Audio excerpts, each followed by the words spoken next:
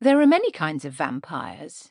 Indeed, it is said that there are as many kinds of vampires as there are types of disease.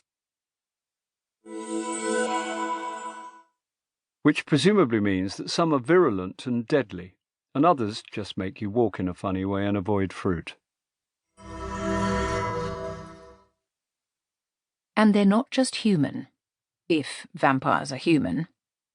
All along the ramtops may be found the belief that any apparently innocent tool, be it hammer or saw, will seek blood if left unused for more than 3 years.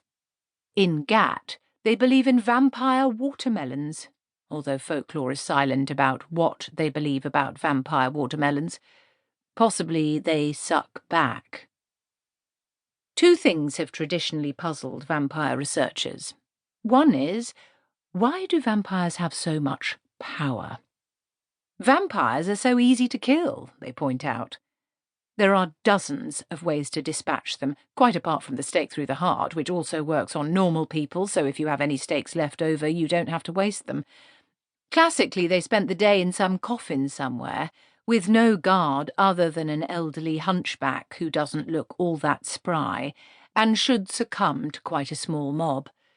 Yet just one can keep a whole community in a state of sullen obedience. The other puzzle is, why are vampires always so stupid?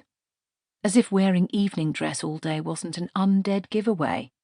Why do they choose to live in old castles which offer so much in the way of ways to defeat a vampire, like easily torn curtains and wall decorations that can readily be twisted into a religious symbol? Do they really think that spelling their name backwards fools anyone?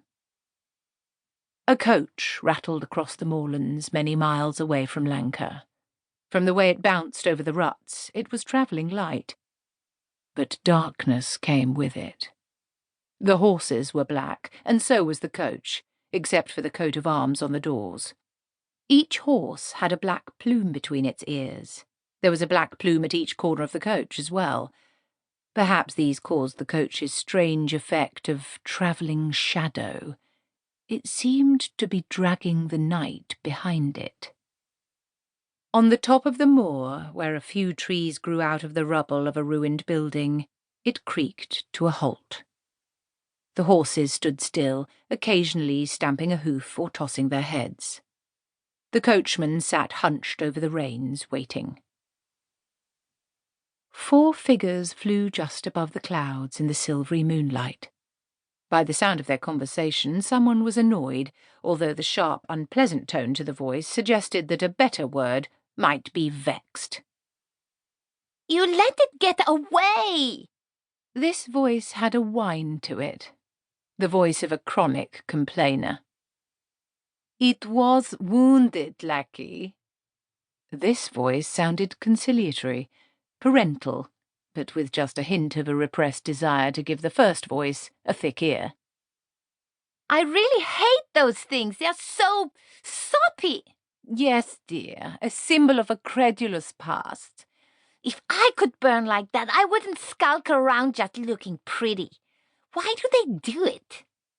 "It must have been of use to them at one time, I suppose." "Then they're... what did you call them?" "An evolutionary cul-de-sac lackey, a marooned survivor on the seas of progress." "Then I'm doing them a favor by killing them." "Yes, that is a point. Now, shall—" "After all, chickens don't burn," said the voice-cold lackey. "Not easily, anyway." "We heard you experiment. Killing them first might have been a good idea." This was a third voice, young male, and also somewhat weary with the female. It had older brother harmonics on every syllable. "What's the point in that?" "Well, dear, it would have been quieter. Listen to your father, dear."